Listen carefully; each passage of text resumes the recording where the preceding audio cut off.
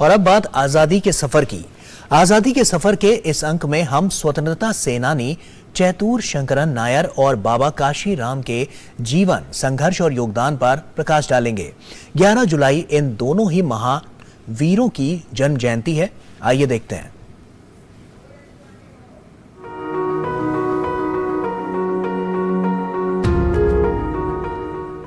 आज की कड़ी में हम राष्ट्रवादी चैतूर शंकरन नायर को याद कर रहे हैं, जिनका जन्म 11 जुलाई 1857 को पलक्कड़ जिले में हुआ था।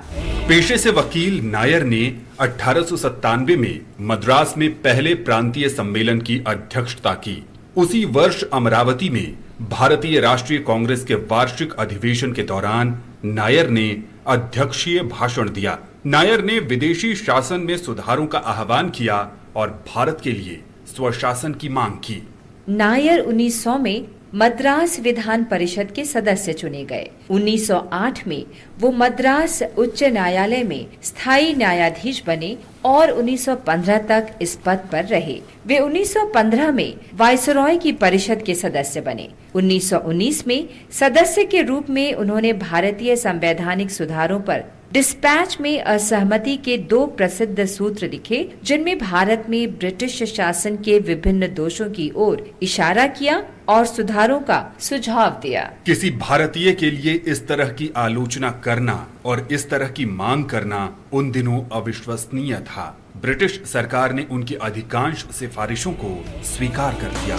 नायर 1928 में साइमन कमीशन के आगमन पर गठित भारतीय केंद्रीय समिति के अध्यक्ष बने। समिति ने भारत के लिए डोमिनियन स्टेटस की मांग करते हुए अच्छी तरह से तर्कपूर्ण रिपोर्ट तैयार की। जब भारत के लिए अंतिम लक्ष्य के रूप में डोमिनियन का दर्जा देने वाली वाइस रीगल घोषणा की गई, तो नायर ने सक्रिय राजनीति से संन्यास ले लिया। नायर देशभक्त थे, जिन्होंने 24 अप्रैल 1934 को मृत्यु तक लोगों के कल्याण के लिए काम किया। महान भारतीय को नमन। हम स्वतंत्रता सेनानी बाबा काशी राम को भी याद कर रहे हैं, जिनका जन्म 11 जुलाई 1882 को हिमाचल प्रदेश के कांगड़ा जिले में हुआ था। उन्होंने देश भर में महात्मा गांधी के संदेश का प्रचार किया और युवाओं को स्वतंत्रता संग्राम में शामिल होने के लिए प्रेरित करने के लिए पहाड़ी भाषा में गीत और कविताओं की रचना की। काशीराम को संगीत और कविता का शौक था और उन्होंने कम उम्र में ही पहाड़ी भाषा में गीत और कविताएं लिखना शुरू कर दिया था।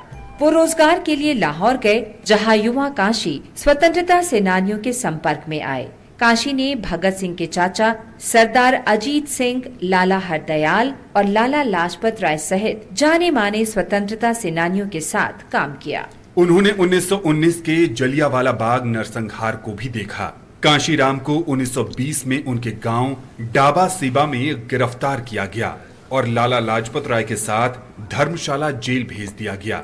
1922 में रिहाई के बाद वो फिर से लाहौर चले गए और 1929 में लाहौर में भारतीय राष्ट्रीय कांग्रेस के अधिवेशन में शामिल हुए। अंग्रेजों ने कांशीराम की प्रसिद्ध कविता अंग्रेज सरकार दा तिग्घा पर ढियारे, यानी ब्रिटिश सरकार अपने अंतिम चरण में है के लिए उन्हें एक बार फिर सलाखों के पीछे डाल दिया। 1930 से 1942 के बीच काशीराम को अंग्रेजों ने 9 बार गिरफ्तार किया। सरोजनी नायडू ने उन्हें बुलबुले पहाड़ कहा था।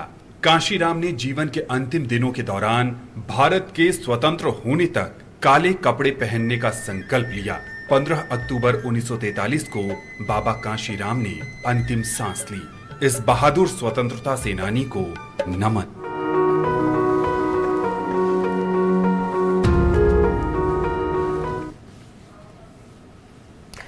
और अब बात करते हैं